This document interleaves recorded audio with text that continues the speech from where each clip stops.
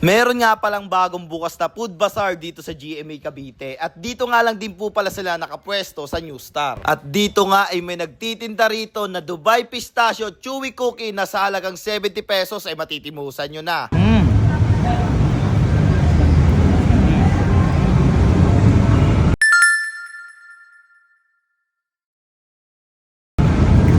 Panalo par. Hello. Same na same. Ang sarap par. Okay na okay to. For only 70 pesos, okay na okay talaga siya. At eto yung akin na to ha. So yun na nga guys, no, nandito nga po pala tayo ngayon sa GMA Cavite. At ayun na nga guys, meron nga po palang solid na food trip no, makakainan dito. At dito nga lang din po pala yan sa New Star, no. At meron nga palang food bazaar dito. At meron akong nakita rito, nagtitinda ng Dubai Pistachio Chewy Cookie, no. At ayun na nga, no. Hello ate, magkano po rito sa binebenta nyo po? So dito po, 70 pesos po siya. Sa isahan po, dito naman po is 205 for 205 po for 3 pieces po. 205 pesos lang po. Yes po. Tapos, sige And po. 4 pieces naman po, 270 po. So mas lalas po ng 10 pesos po. Ang mura naman ng Dubai Chewy Cookie nyo, no? Bakit ganun, te? Bakit ganun kamura, te?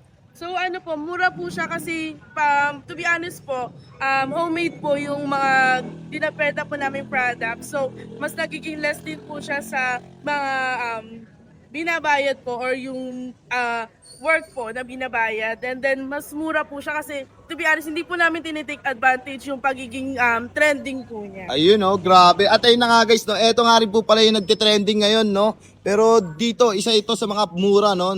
Pagdating dito sa mga food bazaar. Pero ayun nga, matitimusan natin ito mamaya. At bukod dito sa Dubai Chewy Cookie nyo, ate, ano pang meron kayo rito? Cookies po.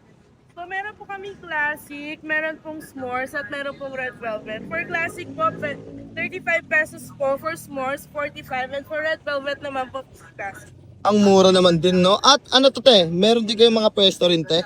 Yes po, andito po yung sa nga Phase 1A, Barangay Acacia silang Taga silang pa kayo mismo, no? At bukod dito, ate, nagtitinda rin po ba kayo bukod dito sa food bazaar na to, no? Meron din po ba kayong ibang store? Meron po kaming FB page po, which is ito po. Ito na mismo, Ito po, no? Summer Sweet po. Ito po yung FB page po namin. At ito naman po para sa cookies po, sa Sweet Cravings po. Meron din po kami sa Tiramisu Cruiser.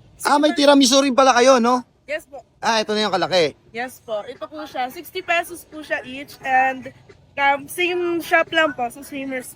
Yun, no? Grabe naman, no? Bukod sa Dubai Pistachio nila, Chewy Cookie, at meron nga rin po pala sila ritong cookies din. At bukod dyan, meron din sila ritong pistachio. Kaya sa mga gusto nga rin po lang pumunta rito at subukan tikman yung kanilang Dubai Pistachio Chewy Cookie at yung ibang pagkain nila, puntahan nyo na to. At dito nga lang din po pala yan sa New Star. At ayun na pa nga ate, no? Pwede nyo rin po ba silang invite para pumunta at kumain dito? Pasensya pa ako sa ate, ha? Yun po.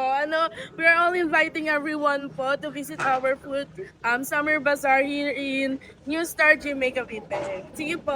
Yun, sa lahat, no? For only 70 pesos, matitimusan nyo na siya. At ganito siya kalaki, oh.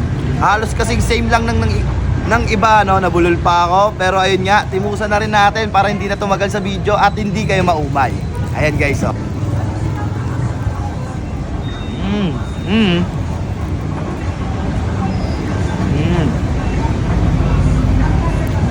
Panalo par. Ang dami, oh. Ano? So ito naman guys yung kanilang tiramisu classic nila at for only 60 pesos matitimusan nyo na siya. Ganito siya kalaki at timusan na rin natin, no? Ayan guys, classic yung flavor nito. At tinan natin yung laman. Lambot, oh. Yun, kita mo ba tol? Yan, oh. So matikman man. Ako muna syempre. Yan.